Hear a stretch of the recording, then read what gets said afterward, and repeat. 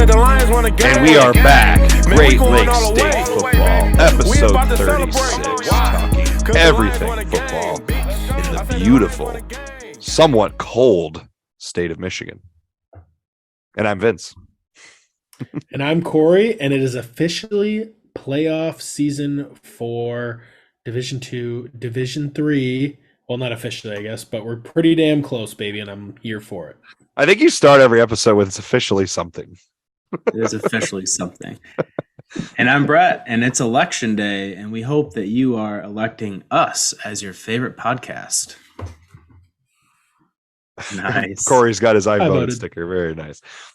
Speaking of your favorite podcast, we are very excited about this episode for a couple reasons. One, we do have a great guest with a conversation with the head football coach at Albion College coming your way later this episode, Coach Dustin Beurer. Very excited to chat with him and bring you that conversation about the season 2022 Albion College football season and them going into championship week here with Alma for the MIAA title. Both teams are 9-0, so look forward to that a little bit later here in the episode.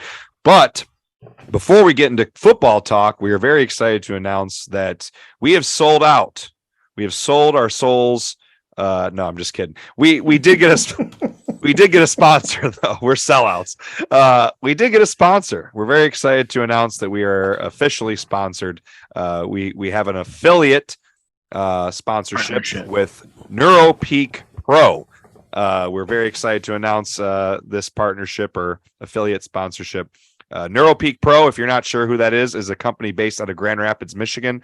They are a performance technology company that offers an innovative, science-based method to training that is designed to help individuals manage stress and perform under pressure using precision breathing, heart rate variability, and brain performance training. NeuroPeak Pro develops personalized programs to help clients understand and optimize their physiology for peak mental performance. Ultimately, though, NeuroPeak Pro helps clients improve focus, resiliency, and the ability to effectively respond to and recover from stress, skills from which anyone can benefit. Fascinatingly enough, this is a company that currently works with Kirk Cousins, Jordan Spieth, many big-time names, mostly with golf, but they are working on spilling more into football. Essentially, they have programs and videos and a belt, the NeuroPeak Pro Intel belt that you wear, and it monitors your heart rate, helps you control your breathing, and their focus is trying to up athletes' game and their performance level through controlling their breathing and their stress management. So it's a very interesting aspect of sports training that is very new and kind of on the forefront of technology here. With Great Lakes State Football, you can get a checkout code of 20% off of the NeuroPeak Pro Intel belt with the code GLSFB, all caps. There is a link for that code in the description of the episode, whether you're watching on YouTube or listening on Apple or Spotify. You can also find the link in our link tree on our social media pages. But you can get 20% off from the belt at checkout. This is a great tool. It is a little pricey, but it is with 20% off. It's a great tool for an athlete who is trying to up their game, trying to find some sort of way to excel beyond their competition. Also, a great asset for a team, sports team or program. If a coach is looking to buy a couple of these belts for their entire team or their entire program, they can get several of them and use them to help up the competitive level of some of their athletes when they're in their program. So NeuroPeak Pro, more information on them. Check out the links in the description of the episode that you are watching or listening to. Thank you. All right. And with that, we are going to get into high school football for this episode, for episode 36 here. So for this week, we are going to first chat about the games that we had discussed as our games of the week from last week. I know it's been a couple weeks, I think, since we've done that because we had some picks that we did off air. And actually, I think we did discuss before we get into the games from last week that we do want to chat a little bit about some of the things that Goose Poop put out in his newsletter, our friendly neighborhood Goose Poop, Mr. Poop, as Kory likes to call him. Our neighborhood shit. I don't know if he'd like that nickname. Oh. But Goose Poop, who does a great job. Again, subscribe to his Substack, or check him out on Twitter and Instagram. Does a great job. His newsletter is fantastic. So some big time games that I think are worth mentioning from last week. A couple of which we will talk about in our games from last week, but a few that we did not have games of the week. Rockford and Caledonia, who had played in the regular season finale, played for the district championship at Rockford to double overtime. The end of regulation was 3-3. Caledonia ended up winning on a 2-point conversion in second overtime, 14-13. Quite a big time game. Another noteworthy game was Clarkston and Davison in a shootout. Clarkston beat Davison 49-40. That was a pretty big time game. That was a rematch from earlier in the year as well. This is 3 straight rematches. Another rematch match, Kaz Tech and Southfield A&T, who had played in, I think it was quadruple overtime back week 1 or week 2. Kaz Tech got revenge after losing in the regular season. So a couple rematches there with some big time implications. Something else worth mentioning is we lost 2 more defending state champs. So we are now down to only 5 of the 8 state champions from last year. Chelsea was eliminated in week 1, and in the second round, Tuam Westphalia and Hudson were both eliminated, the D7 and D8 champs. The other 5 are still winning. To Kory's dismay, Lansing Catholic won a district championship, getting into the playoffs at 4-5. He'll like this even more.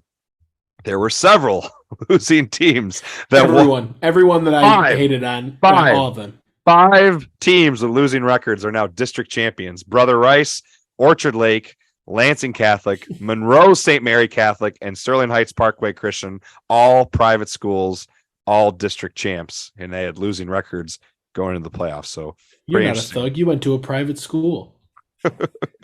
Pretty interesting. We'll see how those teams continue to do as the playoffs continue on.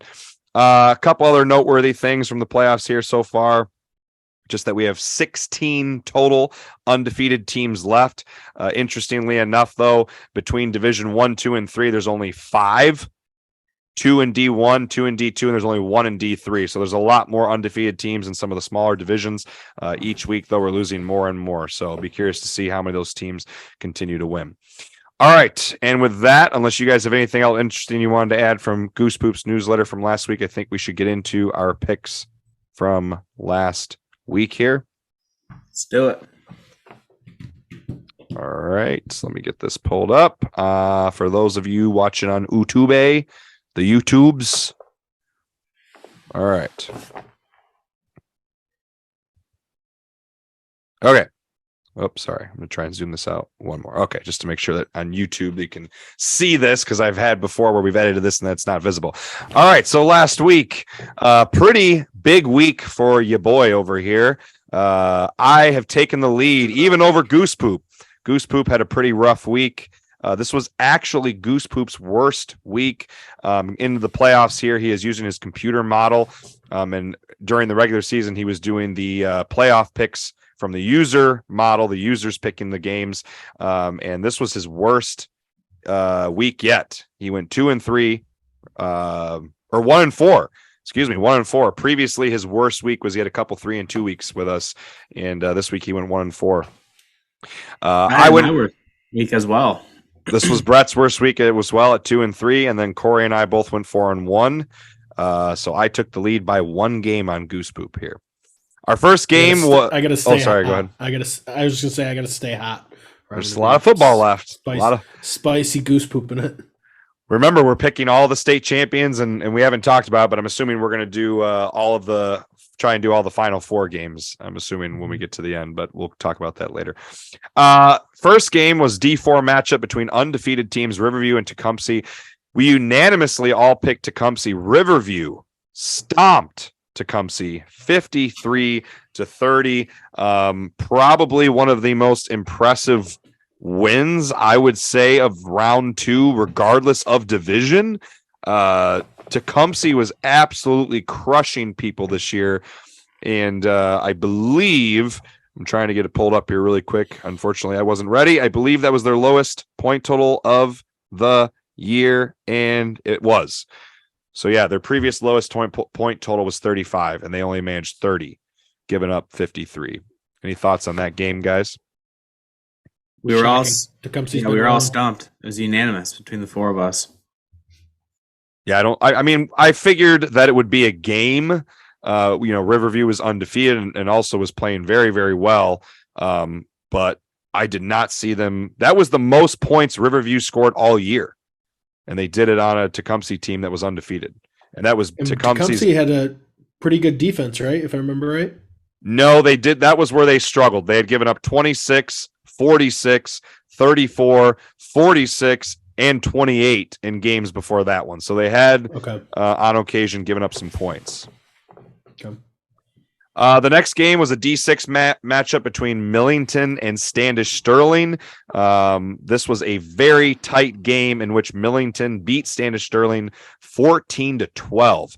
Kory and I both picked Millington. Goose Poop and Brett erroneously picked Standish Sterling. Any comments on this one, guys? Just a good old football game. Small town game right there. Very, very similar to the Rockford game. I mean, I didn't get a chance to watch this one live. Kory and I were at a football game on Friday, but by the score, real barn burner. So, and I think we talked about it last week. I picked Millington simply because this was a rematch. Standish Sterling and Millington are from the same conference, and Standish Sterling won the regular season game 28-24. It was actually the lowest scoring game for both of them all year. Was for their offensive point total for the regular season was the lowest all year when they met in their regular season matchup, and it was 28-24. And then it happened again. The lowest points these two teams scored all year was in this district championship matchup. It's very hard to beat a team twice, and I think this is an example of a game that proves that. In the Rockford Caledonia game is another one. It's very hard to beat a team twice. And Grand Ledge Holt, go Comets. It's hard to beat a team twice.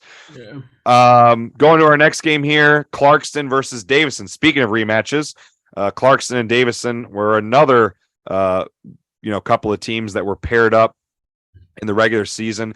Ironically, I don't know if you guys are aware of this, Clarkston for rounds 1, 2, and 3 for the playoffs, they're all teams they played in the regular season. They opened up playoffs with Lapeer, who they had beat in week 8. They then just beat Davison in the district title, who they lost to week 1, and they are now playing Rochester Adams, who they beat week 3. So 3 straight rematches for 3 Clarkston. Great teams too. 3 great teams. Yeah. Crazy. So Davison and Clarkston battled it out, and Clarkston took home the district championship 49-40. Brett and Goose Poop had Davison. Kory and I had Clarkston.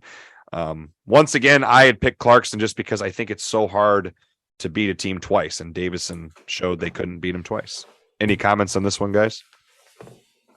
I think Clarkston's probably a runner for the state title in D1 without any question. Dude, the points they're putting up. Wow. Yeah, against good teams too. 49 points against Davison. That's a great showing. At Davison too. Yeah, that's easily one of the most, other than Belleville, probably the next most impressive team I would say in Division I right now for sure. Next matchup, we had another 2 small school matchups here to end this out. Division 7, we had the defending Division 8 state champs in Hudson, who had moved up to D7 this year, playing Lumen Christi. This was a unanimous pick, except for Goose Poop, erroneously picked Hudson. Lumen Christi wins 35-0. I don't think there's any question right now that Lumen Christi will be going toe-to-toe with Traverse City St. Francis when those two meet. I think that's who's going to be playing for the Division 7 state. Are they on opposite sides? I guess I don't remember if they're on opposite sides. I think they are. I believe they are, yeah. Pretty sure they are. And I wouldn't want to play Lumen Christi right now, like we talked about on last week's episode. I mean, they struggled to start the year, but they also played 3 teams that combined for 4 total losses. So they're rolling. They will roll, and they'll roll to the state championship and most likely hang another banner in their rafters. So St. Francis and Lumen Christi are on opposite sides, and that would be a rematch. That would be a rematch from week 2, where it was a 1-score game. And Brett, you've called this out. It's such an advantage to be a private school at that D7, D8, D6 level. It's unbelievable. It's really not even comparable. Yeah, I mean, aside from having the talent in the school, you're probably playing tough teams your whole entire schedule non-conference, so you really get the experience, and it's great for your players. So then when you hit the playoffs, you're hitting the ground running. And Lumen Christi played a team in Hudson, who Hudson kind of teeters between Division 7 and Division 8. They've been in Division 8 the last 2 years. The last time they're Division 7 made the playoffs was 2017. But to get shut out, to shut out a team that was 9-1 going to the game, that's just a butt whooping. Yeah, and was 14-0 last year and won the state title. yeah, that too. But yeah, very impressive win by Lumen Christi. All right, our last game is a D8 matchup. We have one of our favorite team names to say on the podcast, Ubly versus Saginaw, Michigan Lutheran Seminary. Unanimously picked Ubly. Ubly rolled 49-14. I think they'll probably be one of the favorites to win it all in Division 8. I believe they were a semifinal team last year. Yes, they were. Any comments on that one, gentlemen? They have a big matchup with Fowler this week. It was exactly what I anticipated. We all picked Ubly. But yeah, it's going to be a big matchup against Fowler this week, who just upset a good Beale City team. Ubly is averaging giving up less than 7 points a game. They've given up 70 points through 11 games. That's very what we impressive. said last week. Yeah. They've only allowed a touchdown in almost every game. Yeah, this was the second most points they gave up in a game this year, and it was only 14. The previous most was 16. My rule of thumb when I was coaching, and I lived with this till I die, perfect football game should be 21-14. If you give up less than 21 points, you should win 99% of the time. I would agree with you on that one. I'd agree with you. All right, gentlemen, any last thoughts? Otherwise, we will get into our games for this week. Bring on the regionals. Bring them on, baby. All right. So we are not going to sit here and pick every regional championship game. Still a lot of games left. We'll probably wait. We might maybe do all the semifinal games next week, since that'd be 16. I don't know. Even that's a lot. We're going to do all the state championship games, obviously, but semifinals, I guess we'll have to talk about it off air and figure out how many we want to do, if we want to stick to 5 or maybe do 10. Just depends on what we're feeling. Anyway, for the games this week, we picked 5 regional championship games as our games of the week. Tried to get a little hodgepodge here of different size schools, divisions. We had D7 and D8 last week, so we tried to go with some D5, D6, D4 games. And of course, we do have a D1 matchup. Who started picking last week? I picked first. I can go again. I don't care. No, hey, I want to go first. All right, chill. All right. Okay. All right. I'm making a comeback. Resurgence. Ain't no eating spicy wings here, baby. We'll just pick the same teams you picked to keep you on the same level. Please don't. All right, I'm going last. That would be so messed up. I didn't even think about that. I'll go last. That's so messed up. All right, we'll give you a shot, Kory. So first game in D4, game of the week, we got the South Christian Sailors versus Whitehall. This is going to be a great matchup. Yeah. 2 teams that score a lot of points, don't give up a lot of points. Grand Rapids South Christian probably has the best win out of the 2 teams, with the win over Grand Rapids Catholic Central. That's not to discredit anything Whitehall's done, but Whitehall did also beat Hudsonville Unity Christian.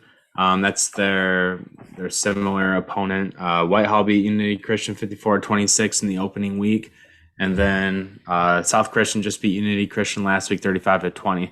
But I think South Christian's going to win this game. We had just talked about the private school. South Christian has a lot of talent on that team. They can score very fast. I don't know a ton about Whitehall, but I'm going to pick South Christian. Do you want me to go next, Kory? So you got a chance. No, I'm going to go Whitehall. Whitehall is averaging 46 points a game. 509 points scored in 11 games, only giving up 122. Had some good wins in the playoffs too. Beat Big Rapids by 30. Beat Fruitport by 25. So I'm going to go with Whitehall. I think they're going to put up too many points for South Christian. I'm going against the Brett, your mic. Brett, yeah, your mic is being screwy again. I'm gonna go against the private school boys. I'm also going to go Whitehall here, and my biggest reason is Whitehall has 2 wins over 2 teams who are currently playing for regional championships. Obviously, South Christian's win over Grand Rapids Catholic Central by 2 points is a big-time win, and GRCC obviously is in a regional championship. But Whitehall handled by 2 scores, a Hastings team that has dominated teams this year and is currently playing for a regional championship. And in addition, Whitehall absolutely destroyed Muskegon Oak Ridge, who also has been dominating teams and is also playing for regional championships. So those 2 wins from Whitehall to me are very impressive. I think this is going to be a hell of a game. I would imagine this for Goose Poop, I'm sure, is a coin flip. I would guess, because I think these 2 teams are just about as good as anyone in that division. All right. I'm excited for Whitehall. Whitehall has not made it past the regionals, and I'm going way back. Ever? Forever. Well, we're at 1992, which is a good year, and ever. They've never won a regional title. First time, if they can pull it off. First time. Come on, Whitehall, baby! Sounds like a great time for them to lose. I love it. Go Sailors. Okay, our next game is from one division down. We have Portland versus a team that we just mentioned, who got beat in a very close matchup with Grand Rapids South Christian in the regular season. That is Grand Rapids Catholic Central, who has won 3 straight state titles, I believe. 1, 2, 3. 3 straight. They've won 3 straight Division 5 state titles. Pew. What do you got, bro? I got Grand Rapids Catholic Central. I'd like to see Portland win this game, but Catholic Central has been in 6 straight state championships. Real good ball club. Always have a lot of talent, and I think they've played Portland in the recent history too. Maybe not.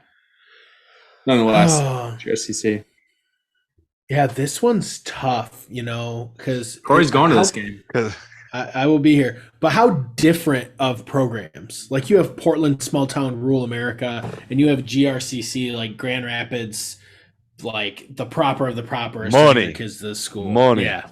I mean, their stadium is beautiful. You can see it from the highway. It's awesome. Money. Cars. I don't know. So the game that's really giving me fits is that GRCC played Cedar Springs close 21-20. I feel like Portland's a similar program to Cedar Springs, even though I think Cedar Springs is probably bigger. Yeah, it's about twice the size. Yeah. I'm going to go with GRCC for the sake of spicy hot wings. Not because I want to, because I have to. Yeah, I would also love to pick Portland. I hope they can pull off the upset. But it's so hard to pick against a team that has won 3 straight state titles and is continuing to win. I mean, they don't lose games. They just don't.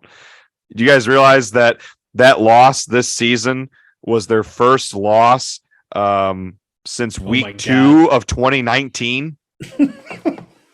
They had been like on a 40-something game win streak. Yeah. So, I mean, it's just it's hard to pick against a team that's doing that well. All right. Do you guys want to go to the next game here? Yep. Yes, Danny. Big game of the week in Division 1. Probably Clarkston, Rochester Adams, and then this game are probably going to be the 2 of the highest profile for D1, and that is Belleville versus Detroit Catholic Central. Belleville, the defending Division 1 state champs, undefeated, playing Detroit Catholic Central, one of the most tradition-rich Division 1 football programs in the state. What do you guys think for this one? I think it's going to be a really good game. This is your late 90s, early 2000s, even in the 80s. This is the U Miami playing Notre Dame in a battle and for Metro Detroit. And I think that Belleville plays a very fast style, finesse style of ball. Detroit Catholic Central is more of a smash mouth football team, very methodical. Everyone's going to be wearing the same shoes, same socks. We'll get up. Same underwear. If they're wearing underwear. But I think it's going to be a really good game. I really think that Detroit Catholic Central is going to pull this out. But I think for the sake of this, I'm going to have to pick Belleville. I have. Didn't you pick DCC Detroit making it. Catholic Central winning the state title though? I do, but that doesn't mean I have to pick them here. What? I'm picking This is an Belleville. abomination. Hey, You're going against your state title picks? yeah, I mean that doesn't count against this. I'm just, I'm playing yeah. the game, baby. He's I'm playing the game. he's playing the wings. He's playing the wings game. He's playing the wings game. Oh man, that's so funny. Are we, This game remind. so are we doing Vince? something different for the state title competition thing? Or is I that think like Brett has to eat a wing with me, just for this pick. we'll have to figure out what's happening with those picks then, because I thought that was going to be included with this. So this game reminds me of the DCC Everett game in, I believe, 08. Everett, high-powered offense, run and gun style offense, really athletic quarterback, really athletic team. Bell was a lot DCC better than that Everett team. Sorry. I don't know. That Everett team was really good. I don't think they had as many D1 guys. This many D1. No. But what I'm going to also say, Belleville, normally DCC hangs its hat on its defense. Its defense has just been not great this year. 221 points given up. I think Belleville's offense is too good against a defense that's not great. They'll just rack up the points. I wouldn't be shocked if actually Belleville blew them out, like a 50-something to 20-something game. I picked Belleville as my state champion, so I'm going to stick with Belleville. I could see this being a blowout, but I also think Detroit Catholic Central, will have, with their coaching staff and players, they'll have a great game plan. They'll come up with something to do their best to try and slow down Belleville's speed. I'll be curious to see, what they come up with and how this game turns out, because up to this point, ladies and gentlemen, if you are listening, the lowest scoring game for Belleville this year was week 1, and they scored 41 points. That was their lowest scoring game of the year. They've only been held to under 50 6 times in 11 games this year. We're talking basketball, right? We are talking football. It's unbelievable. So I will be curious. You could carry that back to week 13, 14 last year. They scored over 40 points in the last 2 games of last year in their semifinal and state title. So I'll just be curious to see if Detroit Catholic Central can come up with something to finally slow them down on offense. That's the key to this game, is find a few turnovers, force a few punts. You just got to stop their offense a few times. The biggest problem I think Detroit Catholic Central is going to have is they're not going to shut Belleville down. So where are they going to score points? Because they've scored some points in some games this year. But for the most part, I just don't think their offense puts up the numbers, is going to be able to hang with Belleville, unfortunately. So, all right, D3 matchup here. We have a local Greater Lansing school in Mason who is having their best start in school history. They're sitting at 11-0 for the first time in school history, playing Trenton. What do you guys got for this one? Vince, just a sidebar. I always think it's hilarious that you refer to the team as local, even though Kory and I are like an hour and a half away. every Lansing team is local. Vince. Local to me. Vince. Local. Yeah. I live in Lansing. Local to our heritage. Vince, Local to your heritage. I didn't know you lived in Lansing. Grand Ledge, Michigan, baby. Whole lifer. Anyways, this matchup, Trenton versus Mason, both 2 very good teams. Trenton's 10-1, with their loss being to Gibraltar Carlson, and week 4, who they avenged their loss last week and won 17-7. Mason, undefeated, 488 points on the year to 116 given up. Some of that stats is a little bit padded. They have a couple games against some really bad teams where they scored a lot of them. A lot of bad teams. Yeah, Okemos, Lansing Eastern, St. John's, Fowlerville. Yeah. Jackson. I wouldn't call Jackson a bad team. But anyways, you guys just completely interrupted what I'm saying. But I'm picking Mason. I'm picking the local team, the Mason Bulldogs, to pull it out. I think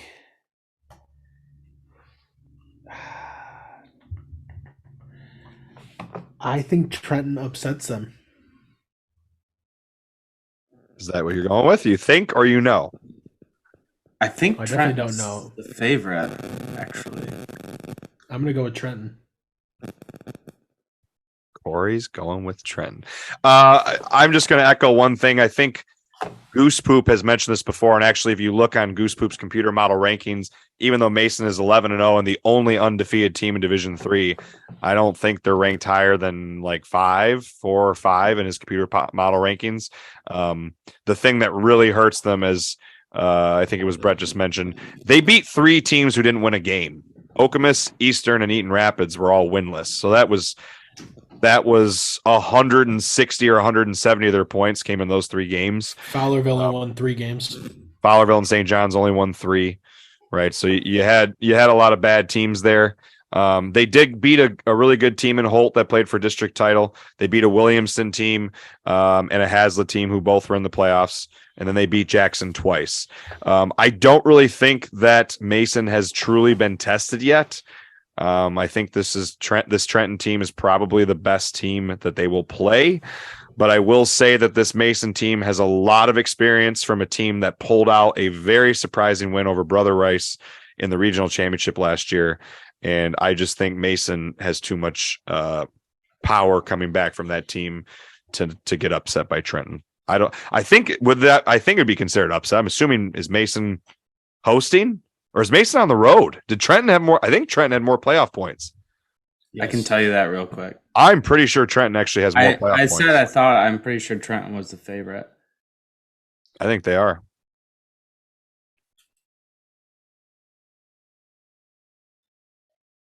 Are you confirming that right now? Yeah, let's move on to the next one, and I'll pull it up.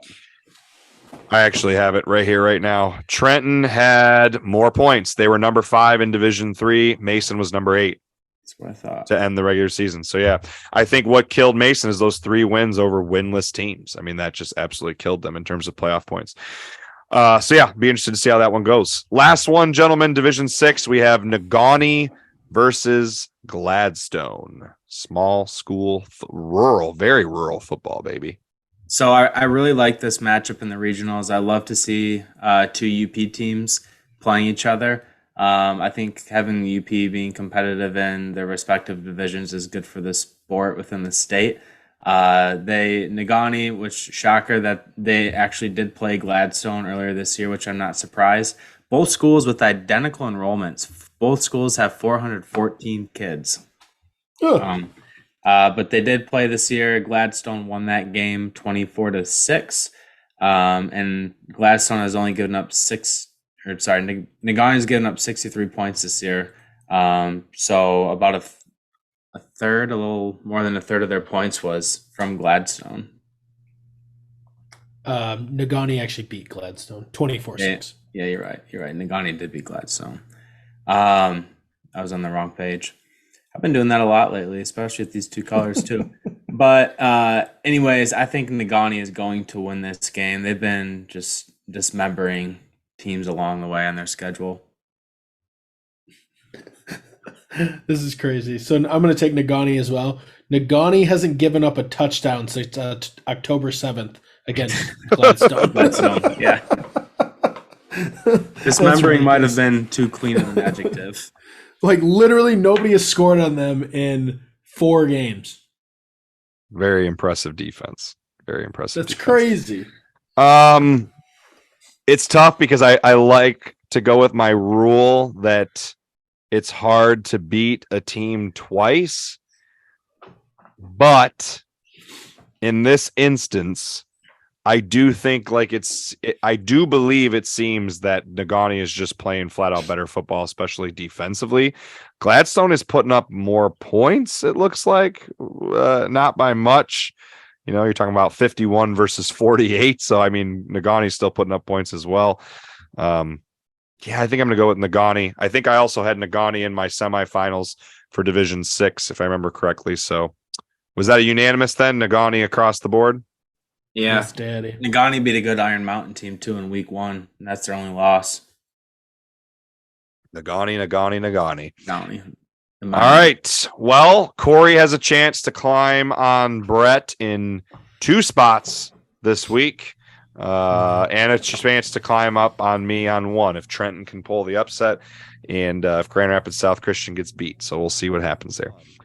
And with that, gentlemen, let's get into our college picks of the week from last week. Let's talk first about our games from last week before we get into the new ones for this week. All right.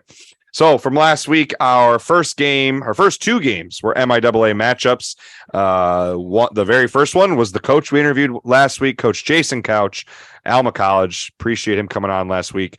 We interviewed him heading into the game, taking on Adrian, a tough Adrian team who at that point only lost 3 games to some tough opponents. And Alma came out on top 30-10. We unanimously picked Alma. And then Albion College. We a little bit later here, as soon as we're done with our college picks, we'll be bringing you our conversation with Coach Dustin Beurer. Albion College also won. They beat Olivet, had to come from behind victory to win 35-24. They were down in that game, I think, by 2 scores at one point. But those 2 wins set up a 9-0 matchup between Albion, who's 9-0, and Alma, who's 9-0 for the conference championship at Alma this coming Saturday, November 12th. Gentlemen, any comments here on the MIAA showdown, or should we just leave that to our conversation with Coach Beurer? I think we leave it with Coach Beurer. I think it's something great to see for the MIAA, and it's going to be exciting. And like we discussed, they're going to get 2 teams into the regional ranking, which is pretty awesome. Yep, we'll talk about that in a second here with our next games of the week for this week. All right. Kory or Brett, did you want to add something? No, I think we can just, not much to say here. Carry on. GLIAC football. Last week, there was a top 25 matchup, 13 Davenport and number 7 Ferris State, the highest ranking in school history for Davenport, and their best start in school history. Unfortunately, came to an end, falling at Ferris State 28-7. Kory tried to pick this upset just to see if he could gain a little ground on Brett or I. Unfortunately, that did not come true. Any comments on this one? I think we see where GLIAC is right now. Obviously, Ferris State and Grand Valley are the 2 top dogs still. I will say Davenport, though, pretty competitive this year, as well as Saginaw Valley. Both played tough. So before I get into the recap of this game, Davenport still has a playoff chance, as we were talking earlier. Yep. So there's a very good chance that 3 GLIAC schools right now will make it into the Division II playoffs. Ferris State and Grand Valley are ranked. Grand Valley's number 1, Ferris State's number 2 in the regional rankings for their region, and Davenport is 5, I believe. Yep. The top 7 get in, so D2 football, 24 teams make the playoffs, and the number 1 team in your region gets a bye. The other 6 have to play each other. So Davenport has to now play Grand Valley, who's number 1 in the nation. Unless they pull off a miraculous upset, they will finish the year 8-2. They had a bye week, so they only played 10 games. The 2 teams below them, number 6 and number 7, are University of Indianapolis, whose only loss was to Ferris or Saginaw Valley, who crushed them, and Truman State. And Truman State's only loss was to Davenport, which shows you how good the GLIAC is. That the 6 and 7 team were both their only losses are to GLIAC schools. Those 2 teams have to play each other for the GLVC championship. So one of them will drop out, I assume, and even with Davenport losing their loss to the number 1 team, I don't think they might be good. I don't think their loss to a number 1 team in the nation knocks them out, especially with their win over one of those 2 ranked teams. Right? They beat Truman State at Truman State, I believe, and they beat Saginaw Valley, who beat Indianapolis. So I think I don't know how you leave that 8-2 team out. They may fall to 7, right? If Indy wins, then maybe Indy jumps them and they're 8-2 and they're 7. But I just don't see how you leave them out. So I'd be curious to know the last time that 3 GLIAC schools made the Division II playoffs. I know it's happened before, but I think it's been a while. The year Hillsdale played GV in 2009, was Ashland in the playoffs? I'd have to go back and look. I'm pretty sure around that time there was more than once where 3 GLIAC schools got in, but yeah. I'd have to go back. Well, it's even more interesting now. There's less GLIAC schools, so you can say if 3 teams make it, that's almost half the conference. Yeah, that is crazy. 7 teams. But yeah, coming back to this game, Davenport versus Ferris. I think the score, even though it's 20-7, was a lot closer in the game. Yep. Davenport was outgained 183 yards to 448 yards. Ferris State did have Malik Mitchell back this week. This is only his third game of the year, I believe. But yeah, it was a complete butt whooping by the Bulldogs up in Big Rapids. Yeah, I'll be curious. Those games where they were who we thought they were. Right. Well, I'll be curious if Malik Mitchell's 100% healthy and back to see what he does in the playoffs. Yeah, and to be honest with you, this might just, I haven't sat down and watched a game. I'm just looking at the stats every week. Carson Gulker, the backup quarterback, puts up a lot more statistics both through the air and on the ground than Malik Mitchell. Kind of similar to Jared Bernhardt last year. He seemed to do more on the ground and through the air than Malik Mitchell did, but Malik Mitchell is a fantastic quarterback nonetheless. It's nothing to take away from him, but it's interesting that they would kind of change that up going into a big game with Davenport when Carson's played very well the last few weeks, although he did have the loss against the Lakers. All right. Well, moving on to MACtion football. Not really a lot of games to pick to fill out our schedule last week, so we picked Western Michigan at Bowling Green. Western was 3-5 going into that game. We unanimously picked Bowling Green. Bowling Green won in an ugly defensive battle, 13-9. Just a shit football game. Yeah, Western's now 3-6, Central's 3-6, Eastern's 5-4. Pretty disappointing for the Michigan MAC schools. Eastern still has a very good chance to make a bowl game. They have 3 games left and need to win one of them to make a bowl game. Whereas unfortunately, Western and Eastern, very unlikely they win 3 straight to end the year. It's very, very, very unlikely. So they're both probably out from bowl chances after all 3 of them won a bowl game last year, or just Central and Western. I think Eastern lost their bowl game, didn't they? Yes. Central and Eastern Central and Western both won their bowl games. I can't remember if Eastern did. I think Eastern lost their bowl. Yeah, I think they lost. I thought I remembered us talking when we did our bowl picks that Eastern had won a bowl game in like 25 years or something. Yeah. So disappointing going into the year. We were very excited to see how these 3 schools would do, and obviously hasn't been as good a year as we were hoping for them. But I think the transfer portal has been very detrimental to the MAC schools. Yeah, where the MAC schools are at, if you're playing really well, you go and you play Power 5 football. Yep. Like I know from Central's defense, passing defense in particular, has not been stellar this year. They had 2 guys from their defense transferred to both Ole Miss and South Carolina, respectively. Wow. And then if you're not playing very much, you see a lot of guys go down to the D2 level, which like to a GLIAC school, and start playing very well. So I think that's kind of the dynamic that's going on with the MAC is they're in betweener. If you're not playing well, you leave type of thing. So they're kind of in I almost think it's more hurtful for the MAC schools for kids being able to go up, because if you're a baller back in the day, you were stuck. You couldn't go down. You could only go down.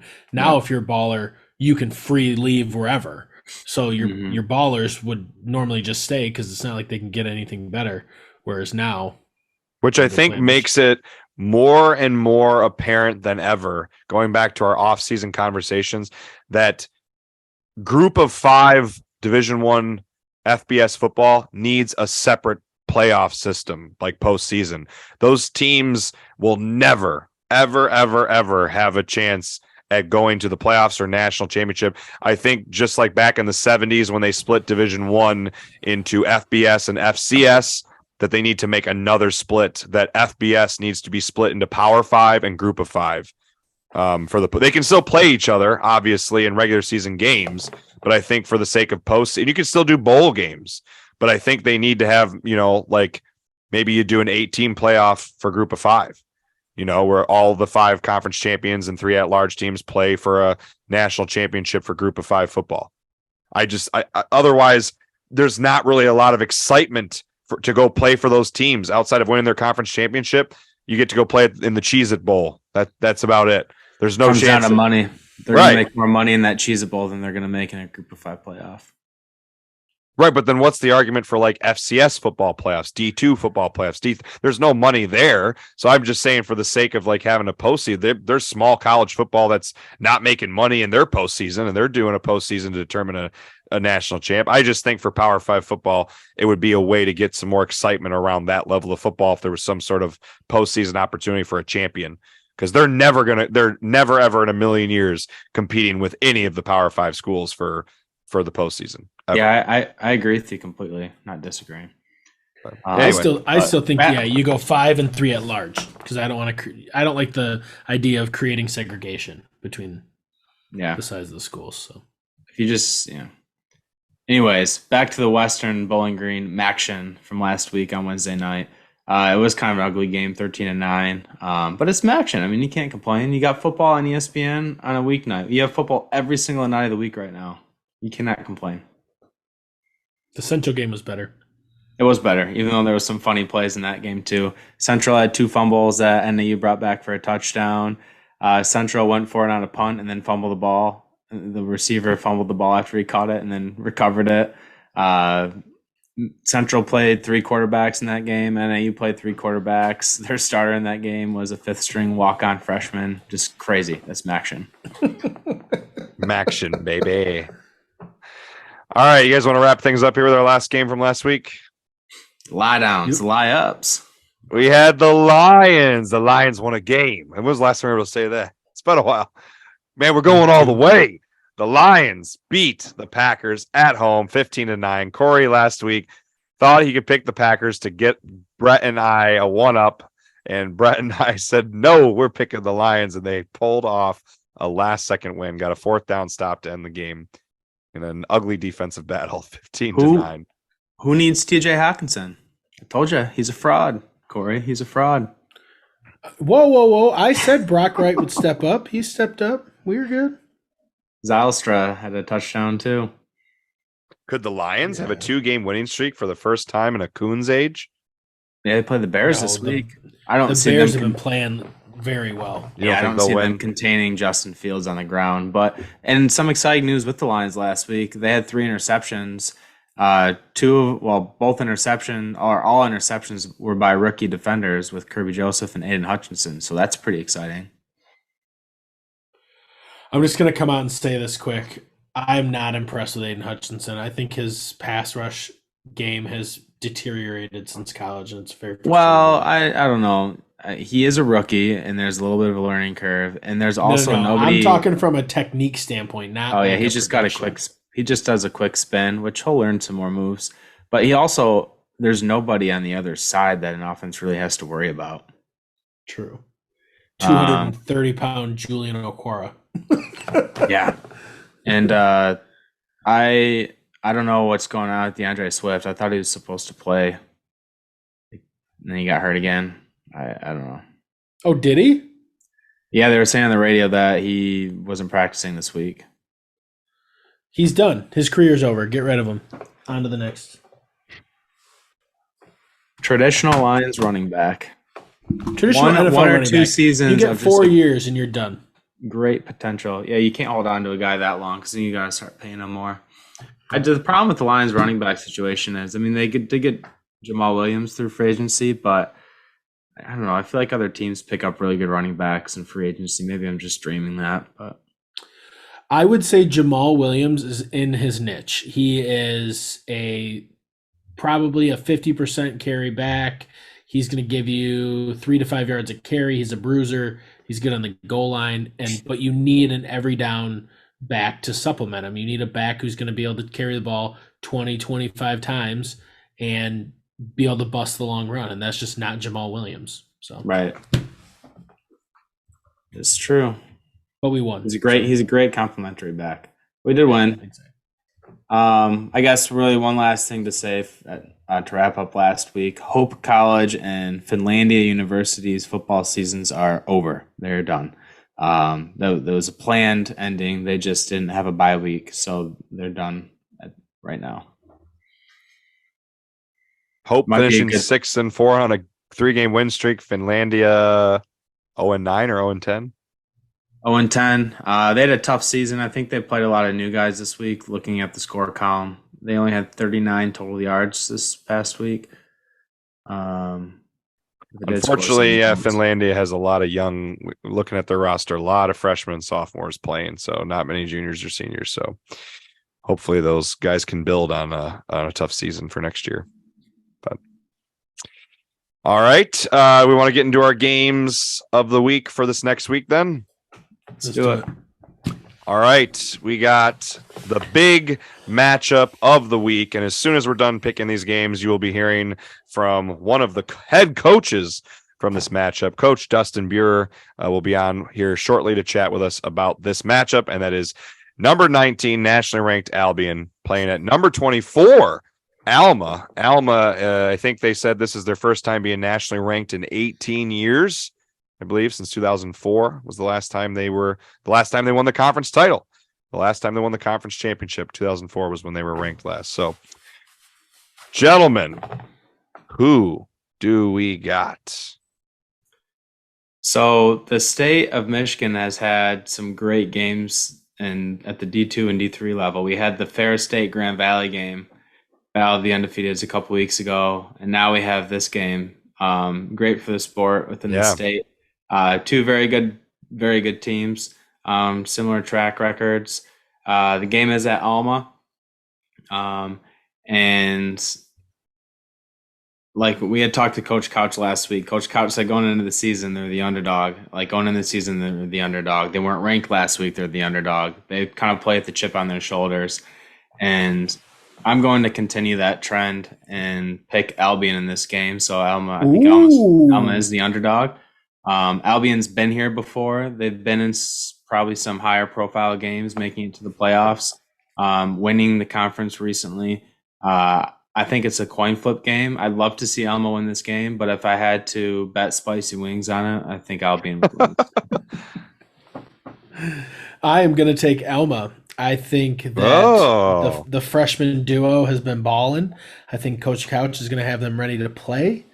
And yeah, I think they take it to Albion. Albion didn't impress me last week with that sluggish start. I don't think you can start sluggish against Alma. Alma will have 40 points up on you in 2 quarters. So, that's a trap game. That was a trap game last week. Yeah, it's a tough pick. I think the one thing that impresses me the most about Albion, and we'll talk about this here in just a second with Coach Beurer, is their final non-conference game was at Wisconsin-Eau Claire, who's in the same conference as Whitewater, La Crosse, Platteville, a conference that I think we were looking at is going to likely get maybe at least 2 teams in the playoffs, maybe even 3. They went out there and won 28-20 against a really good, non-conference Wisconsin team. Man, it's a tough pick. I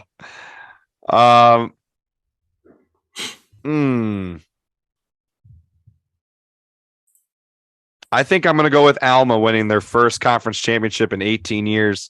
Sorry, Coach Beurer, if you're listening to this.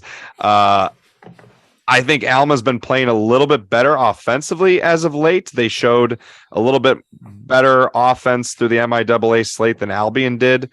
And I agree with Kory, who just said the sluggish start, pointing out the sluggish start last week against Olivet. I think this is a coin flip game as well, too. I feel like whoever comes out playing hot, maybe gets an early lead is the one who comes out on top. But I think it's going to be a battle all game long. And I think home field advantage will play into Alma's favor as well. I think they'll be hyped to play for their home crowd. I'm imagining it's going to be a packed house. All right, we're going to wrap up D3 football here with another D3 pick. We have the Adrian versus Olivet game. Adrian is sitting at 5-4. Olivet is also sitting at 5-4. So one of these teams looking to get to 6 wins on the year. What are we thinking here, gentlemen? So Adrian on a little bit of a skid, losing the last couple of games. Olivet lost their most recent game, as we just mentioned, to Albion. Olivet's been a pretty strong offense throughout the entire year, although Coach Beurer from Albion had just said that Olivet got bit by the injury bug, so I'm not sure exactly what the details on that are. But Olivet has a pretty lethal wide receiver in Jalen Broussard. Pretty sure he's the East Grand Rapids grad. And Adrian has given up some points the last few games as well as some yards. So I think that the Comets of Olivet are going to win this one. I'm following suit. I think Olivet is going to beat Adrian. Interesting. Olivet was some of our preseason picks to win the conference, or at least be competitive when we discussed that. So, yeah, Olivet has lost 4 straight, unfortunately, after a 5-0 start. A very strong start where they were putting up a lot of points, and then they opened up. Their second game in conference play was a triple overtime loss to Trine by 2 points. And I figured from there that they would, find a way to keep winning. But then they turn around and go to Hope and lose 23-0. A Hope team that ended the year on a 3-game winning streak. I think that was the start of their 3-game winning streak for Hope, if I remember correctly.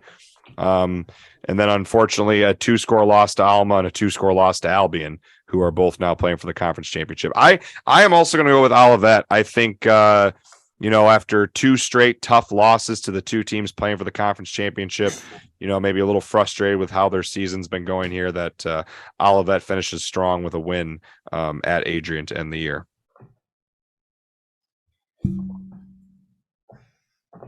Brett, we all pick Olivet? Yeah. Yep. Okay. Whoops. I love that. I can't type. All right. Our next game, we have D2 football. Davenport, as we had just mentioned a moment ago, dropped their first game of the year up at Ferris State. So they fell in the rankings from 13 to 18. However, as we mentioned, at 8-2, 8-1, they're still hanging strong at number 5 in the regional rankings with top 7 making it. They're playing the number 1 team in the nation, who is also number 1 in their region, Grand Valley. Gentlemen, I have a feeling I know the answer for all 3 of us, but should I just go ahead and put GVSU in all the way across? Yeah, I think Grand Valley is going to win. And, it's really interesting. The more I look into the stats and just Grand Valley on paper compared to Michigan, they have such similar styles of play. They have just very efficient quarterbacks in Cade Peterson and JJ McCarthy. They have really stout defense. They have great running backs. They just pulverize teams and just wear them out. And it's really interesting. Like the parallels between the 2 teams is shocking.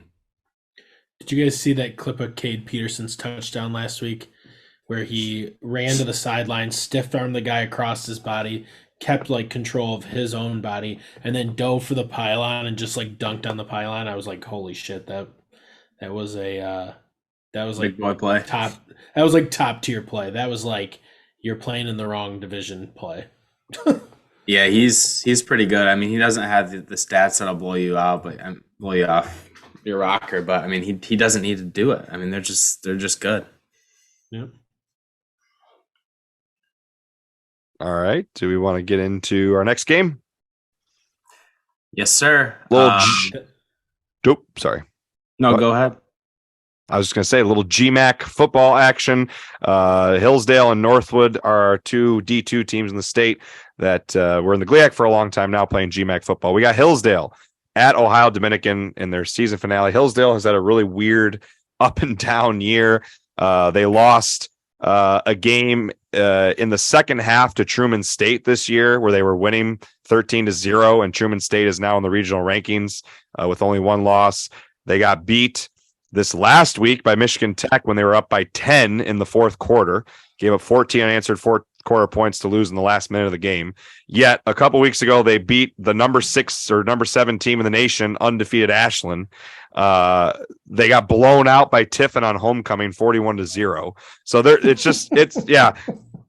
Hillsdale's been they've been all over the place. They've blown teams out. They've got blown out. They've beat good teams. They've lost to bad teams. Hillsdale's sitting at 5-5 right now, 4-3 in the conference, looking to continue their 500 or better streak. Hillsdale has been 500 or better every season since 2016. So looking to see if they can keep that streak alive with a 6-3 Ohio Dominican team. Vince, you sound pretty passionate about Hillsdale. I wonder why. I'll let you go ahead and make your pick first. I'm picking the Chargers. Go Chargers. They keep their 500 or better streak to 7. Would it be 7 seasons? 7 seasons in a row. So, Vince, you had mentioned Hillsdale has had somewhat of a roller coaster season with some highs and some lows. It's interesting that because their production has been very steady, they have three guys that lead on, they have three of the same guys that have led them statistically every single week at quarterback and Luke Keller, running back and Michael Herzog, and wide receiver and Isaac Tesla. They've led them every single week in those categories. Except last week, Luke Keller, the quarterback, led the team in rushing. So that's the only exception, which is really interesting. Every other team within the state has had a different player in any category aside from quarterback make it to the list. So that was an interesting one to point out. But with that, I'm going to pick Ohio Dominican. Oh. I think there's nothing more average white guy than a team finishing 500 for 7 straight years. So I'm going to go with Hillsdale.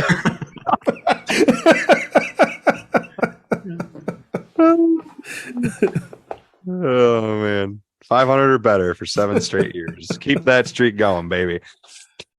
All right. With that, we'll get into our last game.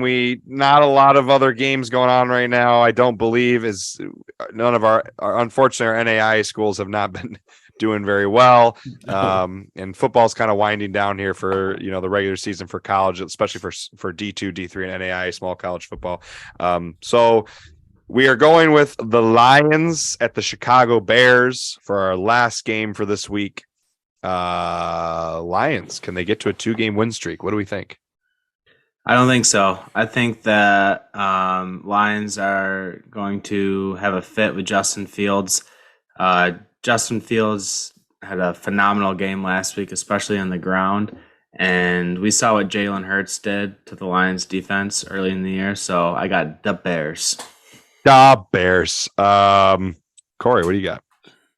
I think half of our team might be on IR after that Packers game. I swear to God, like 10 to 15 dudes went out injured. So I'm going to also take the Bears. If the Lions win, though, that'd be great. I just don't see how it would happen. Has anybody seen the injury report? I can only imagine how long it is. I have not. I wait and look at later in the week because that's the most dynamic sheet in all football. Very true. It's very skewed. I think just to make things fun, mix it up a bit, I'm going to go with the lie downs. Oh my God, I hate you. I'll pick Dan Campbell and Du Bois to get 2-game winning streak going. All right. And I believe with that, we are going to wrap things up and get into our interview for this episode. So please stay on and check out our conversation with the head football coach at Albion College. Oh, Brett's waving me down. What's up, Brett? Yeah, before we do that, I'd mentioned early on, I needed to get something off my chest with college football. I hate the playoff rankings. I think it's the most stupid thing I have ever seen. College basketball, they have the March Madness Selection Sunday. That's one day, and it's perfect. Everyone waits for it. Everyone plans around it. You just do it one day, and you're done. And throughout the season, Joe Lunardi has his dumb bracketologies. But no, in college football, they have like 6 weeks of Tuesday night trying to get people in front of their TVs to rank 4 teams that everyone that knows a thing about football can rank on their own. I think it's the stupidest thing they've ever done. I don't even watch it. And quite frankly, I've never watched it. I don't even pay attention to it because it doesn't even matter. And that's all people talk about on the radio. All people talk about on podcasts are those stupid rankings that don't matter. So I'm glad we're all on the same page. I just wanted to get that off my chest. Hopefully when the playoff gets expanded in 2 years, they don't have to do the same exercise weekly starting in November. Thank you for my just an addition. I think based on these rankings, and Brett and I have talked about this, I think the Michigan Wolverines, as long as they win out, even if they lose to Ohio State, are a lock for the playoff. Really need TCU to lose to Texas this week. Texas is the favorite. Well, then they're for sure a lock. And TCU's star wide receiver is not playing, and I believe the game is also at Texas, so it'll be a tough game for TCU. TCU also had a win over Kansas State this year. Kansas State's quarterback, Adrian Martinez, was out. I think their backup was out, too. They were playing with the third string, and that was a one-score game. So I think TCU will lose, whether it's now or in the Big 12 championship when they probably have a rematch with Texas. But for Michigan or Ohio State to get in one loss, they need TCU to lose. While we're on Michigan talk, I want to add a little Michigan State talk. I am going to have to say, was very impressed with how Michigan State responded. We talked last week about how ugly, how ugly a performance Michigan State had offensively. I didn't think they played too bad defensively against Michigan State. And as Kory had mentioned last week, getting some really great defensive players back, which it showed again in this game against Illinois, having those players back, how much it meant to their defense. But then also the obviously disgusting display, in the tunnel after the game. I think it really gives me some, as a Michigan State fan, and anyone listening who might be a Michigan State fan, a little bit more confidence in Mel Tucker and the program to respond from such. I can only imagine the emails and phone calls and the shit that they had to deal with on social media and online. That the whole university and athletic department had to deal with after that. Just the headache and the stress and anxiety of dealing with that entire situation and how you move forward. And then they go down to Illinois, who had only one loss on the year, was ranked a little overrated, obviously, but still to go down there and beat a ranked team who had only one loss after what they had to deal with, I think was really impressive. And I'm very happy for Michigan State, and I think at 4-4, they have a good shot now with Rutgers and Indiana at home back-to-back weeks. 4-5. Or 4-5, excuse me. Yeah, 4-5. But they have 3 games left, and back-to-back weeks they're at home with 2 beatable teams. I don't think they win at Penn State. I'd be absolutely shocked. But good chance to go 6-6 and keep a bowl streak going. So they were also outgained against Illinois pretty significantly. Right, 441 yards for Illinois to 294 yards in Michigan State, and Michigan State turnovers game with an interception. Right, they threw an interception to Illinois. I was like, "Oh, this game's over." I thought so too. But credit Michigan State's defense, man. They stuck their heels in the ground and held Illinois to 15 points. Did a great job defensively. Like Brett said earlier, I think Michigan State solidified Illinois' fraudulent season. I think, and how bad the West is. Yeah. Jesus. I think they're severely overrated. Can we make a prediction? Who do we think will make the conference championship game from the West? Do we think it'll be Illinois? No, I do, because if Illinois beats Purdue this week, they win the tiebreaker against every other team in the West. So even if someone has similar amounts of losses, they have no losses in the West. But yeah, if they beat Purdue, it's going to be Illinois. If they lose to Purdue, I think they need to lose another game, and then it could potentially be a couple of teams. I think it's Wisconsin. Iowa is slowly crawling back too. It's. I think Purdue's still in it. The announcers were saying Purdue. No, listen to this: Iowa, Purdue, Wisconsin, Minnesota are all 3-3. Okay, yeah. So yeah, Illinois needs. There's a 4-way tie for second place in the West. Well, yeah, but you got to look at what losses are within the West for tiebreakers purposes, because all those teams have lost to a team from the East. Right. I think Minnesota might not have, but anyways, the West is trash. Right. The funny thing is Illinois has Purdue, at Michigan, at Northwestern. They should be able to win at Northwestern, I would think. But I don't know. Northwestern played Ohio State tough. I also think the weather was part of that. But if they can beat Purdue and Northwestern, right, and they'll lose to Michigan, I would assume at 9-3, they're probably going to be in the championship. I think they're in no matter what if they beat Purdue. Right. It's a lock. Yeah, they are. Okay. Interesting. Yeah.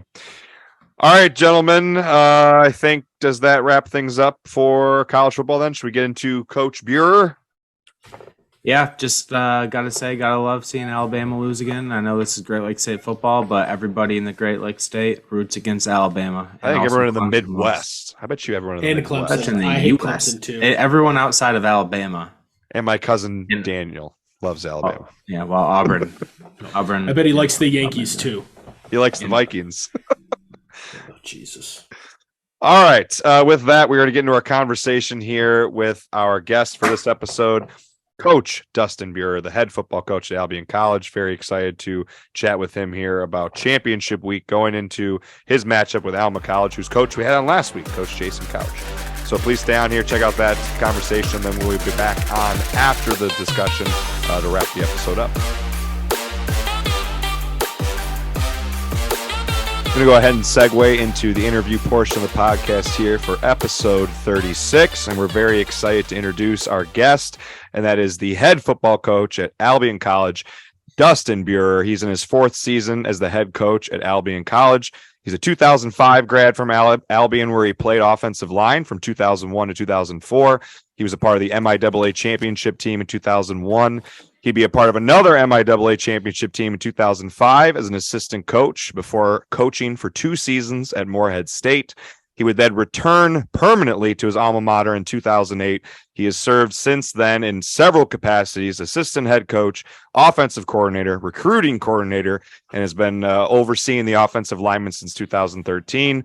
He was officially named the head coach of his alma mater in 2018, and in his 4 seasons at the helm, he is 29-4, including the MIAA championship last season. Coach, how are you doing? Doing great. Thanks for having me on. We're excited. It's a fun. This is a fun week because we're here. It's finally made it. You know, the last few weeks have been a little bit of you got to get there, right? And Alma kept winning, and it's like, yeah, it might come down to this last one here. So I think now that we're there, it's kind of pull the pin, throw the grenade, and see who survives a little bit. But that's what you want. I mean, those are the kind of games. Those are the games you live for. I'm sure you guys were hoping they'd finish undefeated because man, nothing better. We were joking with their staff. We had played in one of our developmental games on a Sunday. I think we were both 5-0 maybe, or 4-0 at that time, and kind of talked to Coach Couch and Coach Ettinger, their D coordinator. I'm like, wow, November 12th could shape up into quite the game, pretty big deal. I know Alma people don't like us a whole lot down here. It's been traditionally a pretty good rivalry, and honestly, me and Coach Couch get along really well. Surprisingly, I think he's a really good dude, and we were both like, all right, let's not jinx it and talk about it anymore. And now here we are, 9-0, both of us, and it's probably the first time in a long time that's happened in our conference. Right. Mm-hmm. Right. And, I can't imagine a better spot for the MIAA to be in, for the state of Michigan to have their conference, their oldest conference, one of the oldest conferences in the country in terms of athletic conferences, to have 2 teams undefeated going into that final game, playing for the championship. That's going to be a fun game. I'm sure it'll be a packed house for sure too. Absolutely. I think we'll have a pretty good crowd there. I know they will. Usually is packed, even if that game is middle of the year, with not for sure a championship ramifications. We haven't played up there since the year before I took over as head coach. This is my first game up in Alma since 2018. So it's and that one was a overtime thriller. So, oh wow. Yeah, it's always a tough place to play, and getting our guys prepped, kind of like, hey, they're going to be tailgating down at our end that we warm up. You're going to get your full. It's going to be fun for you. So football weather too. It's supposed to be like 40 and snowing. Yeah. What's up with that? So we're going to have 62-degree weather on Friday, and then 38. 70 on Thursday. It's supposed to be 70 this Thursday. Yeah. We've had gorgeous weather these last few, 2 weeks, and now we're going to go to 38. We're just going to drop it right down to 38 with a real feel of 30. Trust me, I've been looking at it. 9-mile-per-hour winds though, so we'll be hopefully that kind of. We don't get the 40-mile-per-hour gale force winds that we had last week. So we should be all right. Well, before we get into too much talking about championship week, because we do want to get into that a little bit more, I want to rewind a little bit and kind of ask you about taking over at your alma mater. Obviously, I'm sure pretty thrilling and exciting experience, and interesting that your predecessor, Craig Rundle, also graduated from Albion College in the 70s. So really interesting that he, you had back-to-back coaches taking over, and they're, at their alma mater. Pretty cool to see, guys coming back, obviously want to be a part of the program at Albion that they, that they went through.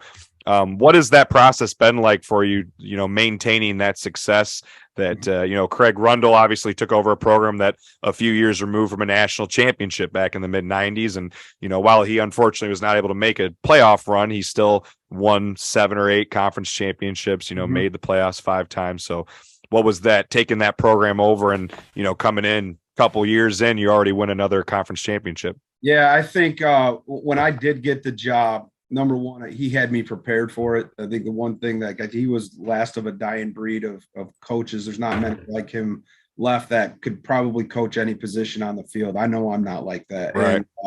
And he was unique in that regard. And, he had won everywhere he was at, from high school ranks. He won a state title, sectional title in California. He took a program that doesn't exist anymore at Colorado College, and they were 8-1 before he came back here. And I've talked to him a million times, when I was taking the job, of what it was like to replace Pete Schmidt, who had and I've gotten close with Coach Schmidt's family. Coach Schmidt's actually in Alma. Many people don't know that. Oh, interesting. I did not know that. But he taking over for him and what that was like. And the biggest advice he gave me was just be yourself. Don't fake who you are. And I think you kind of adopt some coaching personality and traits from the guys that you've been around and played for. And I had, Dave Arnold was my offensive line coach, who he won a national championship at Montana State as a head coach, coached in the NFL and stuff. So having him as a mentor at a young age, to the offensive line coach that replaced him was Paul Shadell, who was Bo Schembechler's O-line coach, and then went to Ball State, was a head coach. And then just being around Coach Rundle, who's a fiery personality, old school, a little bit. And the best advice he gave me was just be yourself, because I'm not him. I learned a lot of great things from him, but we're different people. So I had to embrace who I am as a person. He's a little more guarded and reserved a little bit, and I'm more gregarious and outgoing type of guy. And so, using those things to my advantage a little bit, and especially in recruiting and dealing with alumni. But I can't say enough about what that guy means to me in my life. He texts me every day and checks in a little bit. And that first year, he didn't check in a lot. I think he wanted me to figure some things out, and it was unique. I mean, like the day he left campus, he moved to Alabama. He moved down to Huntsville. Oh wow, that's what I was gonna follow it up with asking him where he's at now. He cleaned out his office and he was gone. I think he wanted that clean break and separation. And so it was awesome last year when we hosted our playoff game. He came back up, and I texted his wife, was like, "Hey, Ann, make sure Coach is around a lot this week. It will make me feel a little more better about the situation a little bit. And I want him involved in the process, because he's a big reason why I'm at the point where I'm at." And he was at every practice that week. It was terrible weather. We had one practice, it was a freezing rain in the middle of the night. And then he was at our Friday morning practice. We practiced at 6:30 a.m. last year on Friday mornings, and he was at that one. So it was fun to have him around. And then I think it was, just getting his 2 cents on things after, we didn't play well in the playoff game, of, how do we take it again to the next level and do it again? Because I think everyone knows repeating success is one of the most difficult things you can do. Fighting complacency, right? How do you get better? If it's, you can have the attitude, if it's not broke, don't fix it. But there's things that you can always improve and get better on, even if it's not wholesale change. So, when I got the job, we made some tweaks and changes to how I wanted to practice. You kind of keep a notebook of things that you think you would do different as a head coach. But I can tell you, he had me prepared in dealing with administration and scheduling and itineraries. I mean, because at the Division III level, you're the head coach, director of football operations, and more than likely position too. So he had me really prepared for a lot of that stuff. And I'm eternally grateful for that from Coach Rundle. So does he currently still lives in Alabama? Yeah. So his son is actually the head football coach, Travis. He was the quarterback my freshman year. Yep. He's the head football coach at University of South Sewanee. Okay. And so it's about an hour south of there. It's a growing area, and I think he's digging it. He's latched on to a high school program. He goes and watches practice. He always tells me he gets offered these jobs there, and he's like, I'd just rather watch practice. But that he's the oldest GA in the United States of America. He's good because he helps break down film for his son. And then him and Gary Patterson are good friends. So they've been texting back and forth about how they're both maybe 2 of the oldest GAs in America. Because, Coach Patterson's the quality control guy at Texas right now for defense. So that's awesome. It's unique. And just the amount of people that Coach has come across, and his experience was learning from a guy like that was great. And I can't say enough about it. And I'll tell you what, like, hard work and not needing to get the attention and just putting your nose to the grindstone. Those are the things I learned from him, man. It's not about you. Don't do anything no job should be beneath you. Like, I'll stay late and do laundry during camp if our laundry person's not going to be out, and those are just simple things because I watched that guy do it. Nothing was beneath him, putting uniforms out, just those little things. Like, he was a big time servant leader. There's no doubt about that. Comes from the top down, right? Lead by example. Absolutely. I have a Coach Rundle story. So coming out of high school, it's actually a good story, heartfelt. Okay. I got injured going into my senior season. I broke my foot and was in the hospital, and I was supposed to go to camps, and he was actually recruiting me pretty heavily. And I have a handwritten letter from him when I was in the hospital saying, hey, hopefully you get back from injury, wishing you luck on your senior season or whatnot. But just to kind of speak to how good of a guy he was. I mean, for him to write me a letter.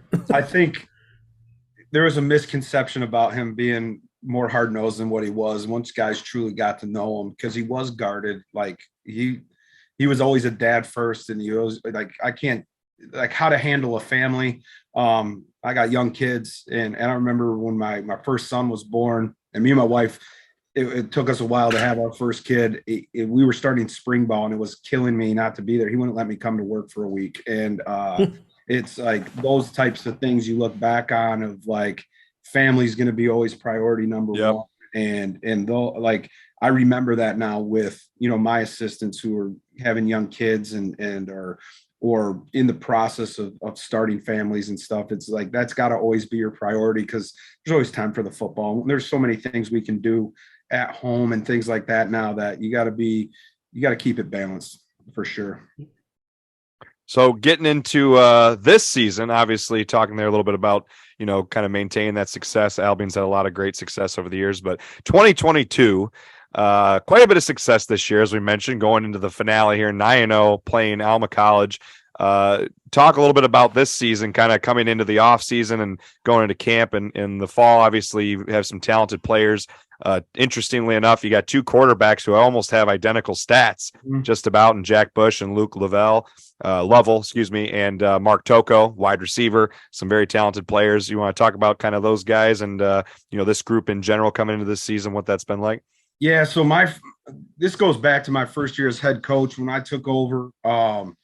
This senior class is our first class, and actually Jack Bush was a part of that first group because he had originally gone to Hope College and transferred out. Okay, he's a guy I heavily recruited when I was an assistant out of high school, and he doesn't set the world on fire with athleticism and things like that. But when I'd go watch him play basketball or the other sports, there was just this certain tenacity, intensity that he played with, ultimate competitor that he just gave you the feeling like you can win with that guy, you know what I mean? And he was going to be very cerebral, coach's kid.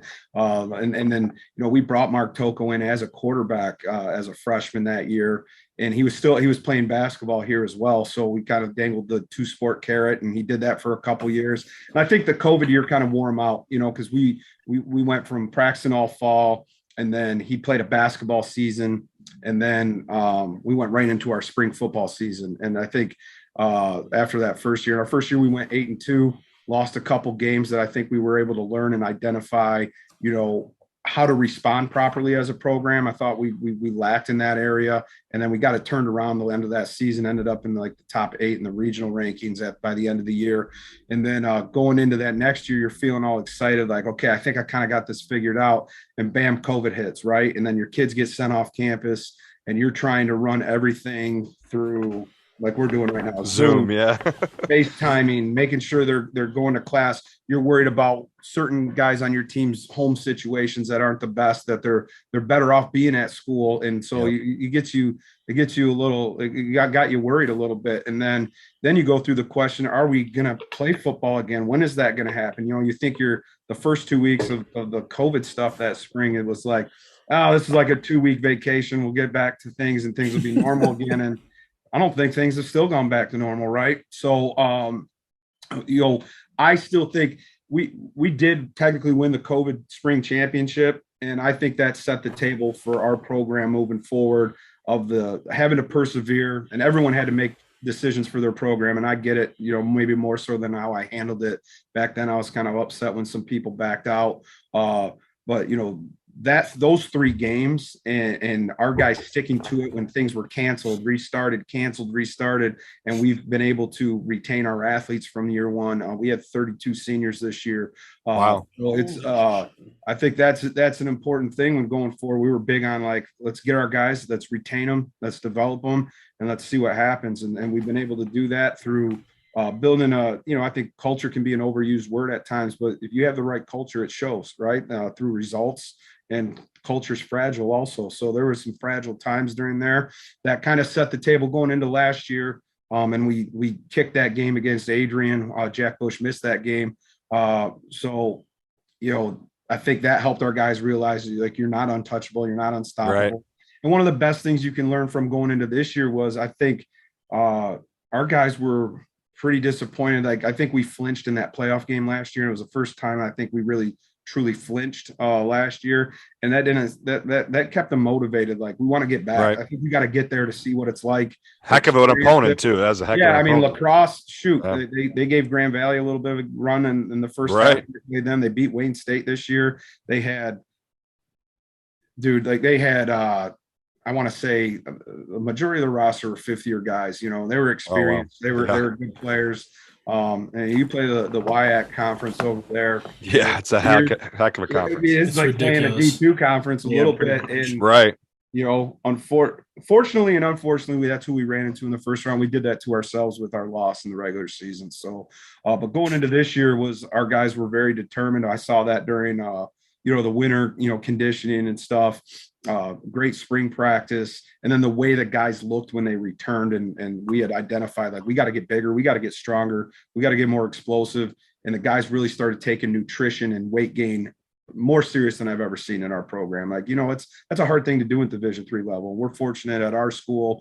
We have a nutritionist on campus that they're able to meet with and do that. And so there was a lot of talk on, caloric intake and, what supplements are the proper supplements to take that just help with development. And I don't want that to get taken misconstrued we're sticking needles. No, you got protein. You have your protein and stuff. Your proteins and your creatine stuff. Yes. And then so we have a great fall camp, and it was nice to have Jack Bush decided to use his 5th year of eligibility and come back. And then in game, game 2, he gets a severe brain injury. Got knocked unconscious in that game. It was very similar to the Tua hit. He went to slide and got hit from the side. Unfortunately for him, fortunate for us, Luke Lovell had taken all the 1 reps during the spring because Jack was interning at Northwestern all spring with the thought of, I'm going to go start my coaching career. He had broke his scapula last season, played all season with that. Missed 2 games only. And then this past in our Adrian game, he actually his career officially ended. He had a non-contact ACL carrying out a fake. And so Luke was ready. He had to start a couple games early on in the year. He had to go to UW Eau Claire, start that game as a young guy. Now, you want to talk about an environment that was raucous. I mean, when you're getting flipped the bird when you score a touchdown, and they have a 450 person marching band set right behind our bench. Oh my gosh. My ears were ringing. Unbelievable band. I swear to God, 450 people. I asked because I was like, what do you got, 270? They're like, no, 450. I'm like, oh, okay. Their whole school's in band, just sitting right behind dude, it was wild. I mean, they just kept marching, and they're on you, and dude, and they're on top of you. There's no track like a lot of D3 stadiums. Oh man. So for Luke to start that and find a way to win that game, not playing his best football, was huge. And so I think it set the table for him to be ready to take the reins again, and Jack's doing everything he can to prepare him. And I think when it comes to our success, and I know you probably dude, shut up, come on, get to the next question. But Coach. When it comes to the next the steps with our program, it's that kind of bond that our guys have, and I think winning helps that, right? Guys who've been a part of winning programs, there's just a different bond that you have with your teammates. You don't have to be best friends off the field, but you got to be able to be impenetrable when it comes to being a team when you're on the field. And I feel like we have that, and we're able to overcome adverse situations because of going back to the COVID year, what they experienced that year.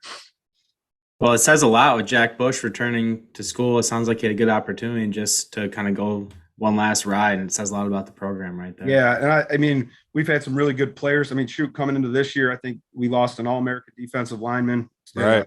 A 3-year starting D lineman from the West Side, Mitch Aronson, David Alma. We lost Justin Thomas, our school's all-time leading receiver. I remember that last year. And he ended up at Eastern Illinois this year, and his first game at Eastern Illinois did things that I thought he could do at that level, and played Northern Illinois, had 75 yards of catches, a touchdown that night, was their leading receiver until his season just ended with a hip injury. So I think people will probably question, and I think I put a little more extra chip on our guy's shoulder, like, oh, can you do it without these guys? And we've had guys step up, and it's been really, really fun to watch and be a part of. So then getting into championship week here, obviously you and Alma, Coach Couch sitting at 9-0, no better opportunity than to have 2 undefeated teams going toe to toe here for the conference championship. What's practice been like this week? Been a good week of prep so far? Yeah. So Monday is our off day. It's kind of how we prepare. It's kind of our staff day, and where I got to handle any other administrative duties that get sent my way. And then Tuesday's the first day back after, we bring guys in on Sunday, and I think it was almost hard to keep them focused to watch the Olivet film because they'd already turned the page in their mind. Like, right. It all comes down to this. And so we still had to evaluate and get better from that film. And then today's practice, we practiced. We just got done meeting as a staff. They got after it. I mean, I'm really pleased with how we've practiced the last 2 weeks and the energy and enthusiasm the guys have, even though it's late in the year. Fortunately, we've had great weather, right? That helps. But I'm talking even about our depth guys on the roster, the scouts, and they're doing a heck of a job getting our guys prepared and playing their butts off. So I'm happy with today's first practice, and we're only as good as what the next opportunity is. So I'll let you know on that one tomorrow. But we're excited. I think they're going to be excited. It's man, could you ask for anything more? And the unfortunate thing is there's going to be one team disappointed. Yep. And they really would be in Division I. You'd be looking at going to a great bowl game, and it's one team's going to win the conference championship, go to the playoffs. The other team's going to be turning in equipment on Sunday. So I think everybody has that sense of urgency they need to ensure that we're not turning in our equipment. Right. So speaking to the strength of the MIAA as well, kind of getting towards the end here, one of the final questions we kind of wanted to get with you is, you guys are 9-0, Alma's 9-0. You got a trying team that pretty good chance to finish 7-3. You got Hope is 6-4. Adrian and who's Adrian's playing Olivet, I believe, aren't they? So one of them will be 6-4 and the other will be 5-5. So you got, unfortunately, other than Kalamazoo, everyone else in the conference should be 500 or better. And this is the 3rd straight year, if you don't count the COVID year, that has happened. Really great competition. And then you guys are in 2 years adding another MIAA foe with Calvin opening up a college football program. I don't know if you want to kind of speak to the strength of the MIAA a little bit and what that, I mean, you've been a part of the MIAA for 20 years. You've been a part of it for a long time. So you've probably kind of seen, a lot of that, those ups and downs. Well, I think we all have great pride. Each of the head coaches, all the coaches in the conference have great pride in the conference. A lot of us are alums from the places that we're coaching. Coach Couch is an Alma alum. Coach Zorbo at K, who I think does a hell of a job as a K alum. Coach Deere at Adrian's done a great job there, won the championship there. Coach Sturzma up at Hope, also a Hope alum. So there's just a little extra that I think when you're an alum at some of our schools, it gives you, you got you put a little extra pressure on yourself, you give a little more because it means a lot more, right? You've been the rivalries have been ingrained in you since you were 18 years old and maybe a little bit before that. I mean, I remember being in 4th grade watching, and this isn't to make the 94 guys mad, and how young, I'm younger than them, but I remember being in 4th grade and watching that game at home, and my dad saying, like, maybe you could play at a place like that one day, because I wasn't blessed with great size at any point. I was just in husky pants then. So it was, they still make those, I'm not sure, but they, it was I still wear them. Yeah. So. The PC version of saying, hey, you're kind of portly at that age. But I remember, like, watching that game like yesterday, because there were a couple local guys from where I grew up in the small town. And then Coach Moose has been in the conference at Olivet for a long time. Coached at Trine for a while, and then before he took the reins at Olivet. And him and I actually grew up together. We played high school football together. He's one of my good friends growing up. And Coach Ab's been at Trine long enough to where you almost feel like you're a Trine guy, right? So I do think we have some really good coaches in the conference. We have some different challenges than maybe some other conferences face with one of the best Division II conferences in the state. Or in the country, in our state, our state, and then a lot of NAIA schools right there as well, with a smaller population of playing football. So I do think we all took pretty great pride in how everyone finished in the non-conference, and even K had a pretty strong non-conference showing. And the unique thing we faced all year long in our conference schedule was every team we played, minus this past week with all that, still had an opportunity to at least tie or share the conference championship going into our game. So it's been a little bit different type of deal. I mean, K was our first one, so everyone's got a shot there. And then, going into Hope pretty quick after that, they still had a shot. And then it was, Trying, Adrian both had the shot still to be in it. And then, with all of that, there's it's become a pretty good rivalry the last 10 years or so there. So we were still going to get their best shot, and then they sure came out swinging. And they've had some injury bug hit them, and they played their butt off. I actually called Moose yesterday. It's like, dude, I don't take this as a backhanded compliment that you're doing a great job with your program because of the way they came out and fought. I would have told you that if you'd have kicked our butt too, because there was a point in that game we didn't deserve to be in it. So, now we get to come down to the Coach Couch, and what he's done with that program is awesome. He's got a good thing going there. And I think it makes everyone better. If I can just say that you want to work even harder so you can fight to keep your status in the conference, and that's what makes it pretty unique. I love that it's like that now. Honestly, even though I've lost probably 12 years of my life, my gray hair. I probably don't want to go get a physical at the end of this season, but maybe I should wait a few months. But it's been fun, and it's been challenging.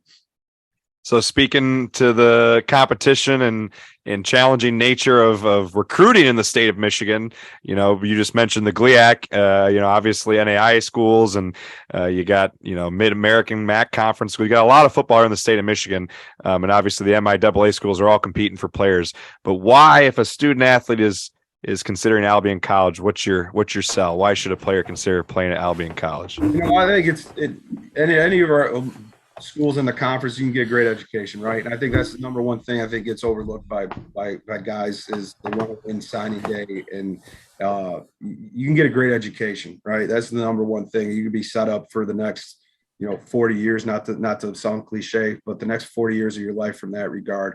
I think the other thing that I try to tell guys is it's a partnership, though. You know what I mean? Like, you come in and bust your butt for me, I'm going to bust my butt for you. Like, I'm going to do everything I can to set you up for success, and our staff will, not only while you're here at Albion to get through certain challenges that you go through as an 18 to 22-year-old young man, but also when you leave here, it's a lifelong relationship. There's nothing more fun than getting invited to the weddings of the guys that played for you, and their big major life events and those types of things. Like, that's why I coach. That's my why, is the relationships and trying to take and watching guys become a better version of themselves over 4 years than what they think they're actually capable of. Because I know I was that guy too, and Coach Rundle, had to put his foot up my butt a couple times as a young guy.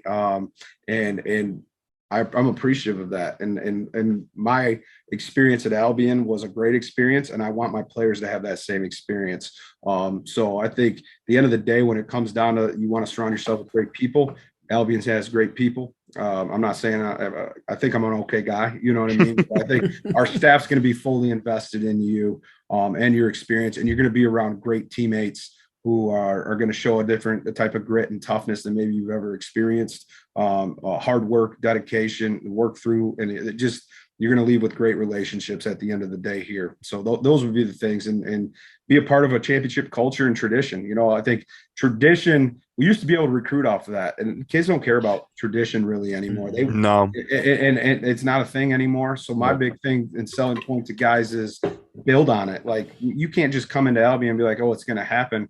there's a lot of hard work over the last 4 years that our freshmen are just walking into that they didn't get to see, So I think that's my big thing is you can be a part of a tradition-rich program, but when you're here, we're going to do everything in our power for you to be playing meaningful games the last few weeks of the season over your career. And we've had a track record of showing that right now.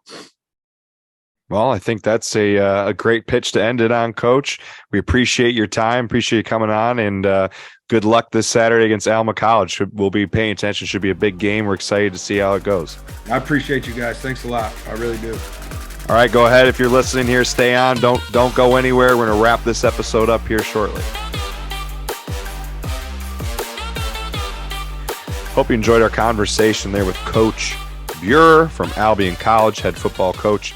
We'll be looking forward to that matchup between Albion and Alma come Saturday, November 12th, big time conference championship game between the two teams in the MIAA. Good luck to both Coach Couch and Coach Beurer. Should be a great game. We'll be following along. And with that, we're going to wrap the episode up here with a recommendation of the week, which we got Kory bringing us a recommendation this week. What do you got for us, big dog? Yeah, so as many men in my 30s, I have turned to whiskey as kind of my new hobby or obsession. And so you're an alcoholic. Often, pretty much, yeah. I drink like 3 gallons a day. No, but there's a liquor store down the road for me that I've kind of befriended the guy who works behind the counter, and he always points me in the right direction of anything new that has come in. So this last week, hadn't been in there actually in a couple weeks, but actually probably a couple months. But anywho, I walk in and he's like, "Hey, I've got something for you. Do you want it?" And I'm like, well, does a bear shit in the woods? Yeah, I mean, if it's anything solid, I'll take it. So he walks to the back and he goes, "Hey, I've got this pint for $20. And that was kind of like a turn off for me. I was like, pint, $20. What is it? So he presented me with a bottle of Eagle Rare. For those of you who don't know, Eagle Rare is a derivative of Buffalo Trace Distilling. So it's really just like a nicer version of Buffalo Trace. Buffalo Trace has a bunch of different names under its umbrella. But I tried it on Monday night. Amazing. So this is the Eagle Rare 10-year aged bourbon. Great whiskey if you can get your hands on it. Eagle Rare is super hard to get a hold of, generally speaking. So it's really, when you get a chance to buy it, I say buy it. The fifth of this bottle is about $80. Jeez. He gave me a pretty good deal at $20. So yeah, you bought it for $20. This is a pint. Oh, gotcha. Not a fifth. The fifth Wait, is what's 80. that? I couldn't. It's so hard to tell on the screen how big it is. What's the color of that? Is that clear? It looks so weird. Yeah, it's a clear bottle with an eagle. Looks like Diet Coke in there. I was gonna say the on the screen it just kind of looked. Vince, I'll save you a pour of this, and Brett, if you're a whiskey guy, I'll give you a pour. It is super flavorful, like immediately vanilla, caramely, like very tasteful right when it hits your mouth. It's very Saw good. it in the back seat of your Subi the other day. I know. I was gonna have us take shots of it before the Forest Hills game, but I think it was too expensive to do that. Kory's like, "Hey, you want a shot?" Oh yeah, that's gonna be a $3 Venmo. Yeah, That have made the high school football game a little bit more exciting. That's for sure. It was an exciting game. I mean, Forest Hill Central's quarterback Justin Oosterhouse is a dog. Baller. He had 5 touchdowns that game, 3 through the air, 2 on the ground. Man, is he a good ball player? East Baseball Lansing will player, have their too. hands full with them. That's for sure. he's going to Purdue, Indiana for baseball. IPFW, Indiana, Purdue, Yep. Fort Wayne. The Yep. Mastodons, that's a team that Michigan just played hoops last night. Yep. They just dug up a mastodon in down by Detroit. Sparta. Fun fact. Where is this podcast going? It was Sparta. Kory's Well, they found one whiskey. in Detroit too. Kory's Oh, they whiskey did. in the backseat of his car at a high school game. The high school players going to IPFW. They have mastodons as their mascot. They just dug up a Well, how far is this rabbit hole gonna go? Did I get it right? Did I follow all the threads there? You were listening, which is a shocker. I don't always listen, that's for sure. All right, let's wrap this up before it gets any more ridiculous. Thank you for listening to episode 36 of Great Lakes State Football. If you enjoyed what you listened, please follow us on Twitter at GLSFBall. Follow us on Instagram at Great Lakes State Football. If you like the video versions of this podcast, go to YouTube, subscribe to us at Great Lakes State Football. Drop us a like or a comment on our videos. If you like the audio versions of these episodes, make sure you add us to your library on Apple or Spotify or any of your favorite podcast stores. Give us a 5-star review in your favorite podcast store. Leave us a comment. I'm Vince with co-hosts Kory and Brett. Guest Coach Beurer. Episode 36. Great Lakes State Football. Go Chargers.